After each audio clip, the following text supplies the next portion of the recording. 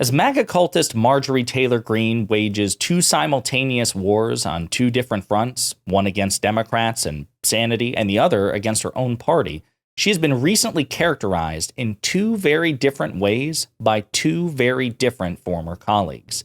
But before we unpack all that, if you end up liking this video and you want to support the channel, please be sure to hit the like, subscribe, and alert bell before you go. I'd greatly appreciate it. All right, friends, so we have several clips to look at in this video, and full disclosure, obviously, we don't like Marjorie Taylor Greene here. She's crazy, she's dangerous, she represents an increasingly loud, increasingly hostile, and increasingly numerous part of the Republican Party, which embraces cultishness and authoritarianism and violence against Democrats. We have no reason to believe that she's an outlier or some sort of aberration within the GOP. Otherwise, she would be vociferously and consistently condemned by the hundreds of members of her own party. And we actually have plenty of evidence to the contrary. So as far as I'm concerned, in addition to her own personal foibles and the terrible things that she has done and said and is capable of as an individual wielding state power, I think she's also a pretty accurate symbol of what the GOP has devolved into being. And yet, she's been described very differently here recently by two very different former colleagues, Kevin McCarthy, the former Speaker of the House, and Ken Buck, former congressman who was a member of the very same far-right caucus that Marjorie Taylor Greene was part of. Now, before I play the first clip of Kevin McCarthy, I just want to remind you, the context for this is that Marjorie Taylor Greene has filed an official formal motion to remove Mike Johnson from the speakership. Basically, what was done to Kevin McCarthy by Matt Gaetz. Now, the difference is Greene has not pulled the trigger on it yet. She has not filed it as a privileged motion. So right now, she'll be the one to either refile or attempt to bring this particular motion to the floor. She hasn't done it yet, right? But she is increasingly vocal and increasingly public with her threats against Mike Johnson. That provides the context for this. And this is what Kevin McCarthy had to say to the Fox Propaganda Network about the whole situation. And keep in mind, when you hear how he describes her, we are in fact talking about the same Marjorie Taylor Greene. I think they made a mistake by not funding Israel earlier.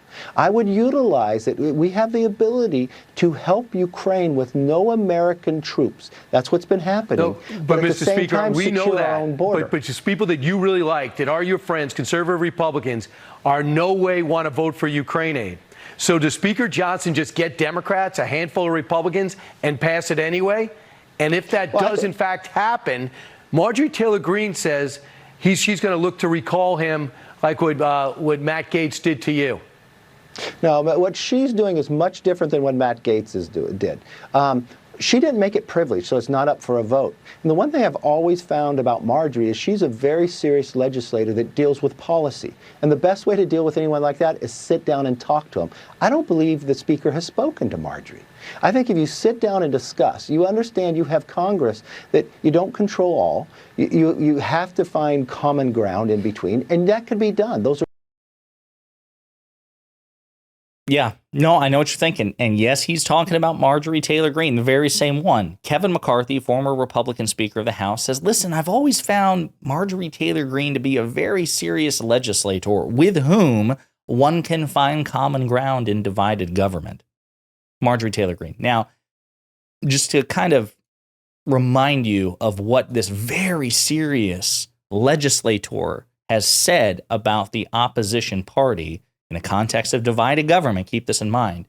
Let's play some clips. And again, you just think to yourself, are these the words of a serious legislator with whom Democrats can find common ground in divided government? Point, though, where the Democrats are the party of pedophiles. The Democrats are the party of princess predators from Disney. The Democrats are the party of teachers. We are the party of teachers.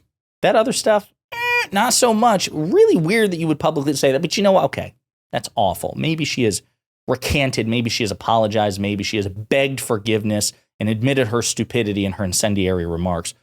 Or maybe she's doubled down on them again on programs like 60 Minutes. Things she says that are over the top, like the Democrats are a party of pedophiles. I would definitely say so. They support grooming children. They are not pedophiles. The rhetoric of a very serious legislator with whom Democrats can find common ground in divided government. That's insane. The only legislative things that Marjorie Taylor Greene ever talks about are her, I think it's in the double digits now, her serious attempts to impeach President Biden, right? That's really the only thing she cares about. She's been filing motions to impeach the president since the day he was inaugurated, right? Serious legislator who's substantive on policy that she can find common ground on.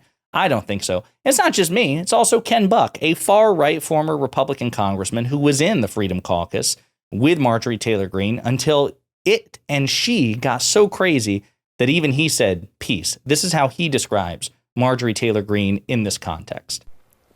You've worked with her more recently. Does what he say add up to you at all? And well, I think Kevin is much more experienced talking to Marjorie about policy than I do, first of all.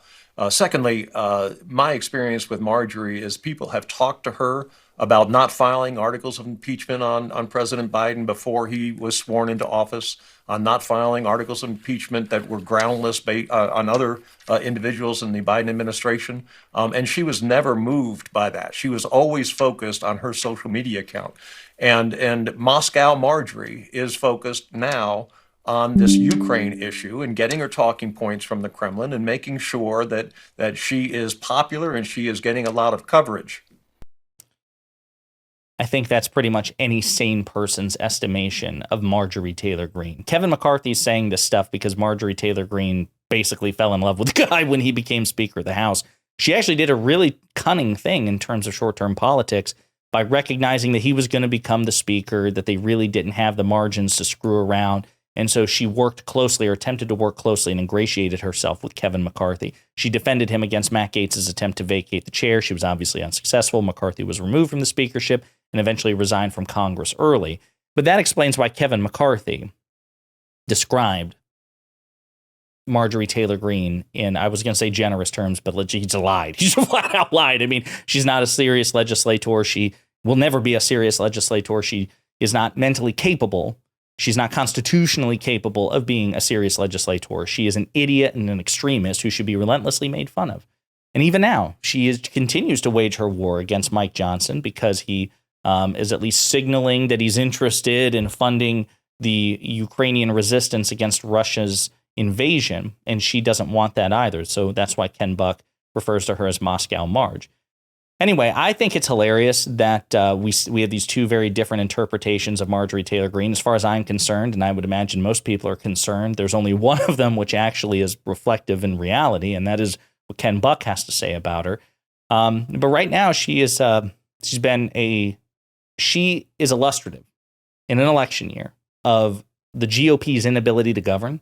And again, as far as I'm concerned, I think the Democrats should relentlessly hammer this home. I think they should exploit it politically. I think they should exploit it electorally. I think they should be shouting from the rooftops to the American citizenry that you can't elect these people. That even if you agree with what Republicans say they want, they're just too stupid to give it to you. They suck. So if you want a functioning government at all, you're probably better off voting Democrat in November. I hope that Democrats are able to use her in this way. And if Mike Johnson, the current Republican Speaker, wants to keep his job, then he should be forced to bend the knee to Democrats on critical issues. We shouldn't save him for absolutely no reason. We should extract major concessions and force him to bend the knee. And that's what I hope happens, and we will see what happens. But let me know what you think in the comments.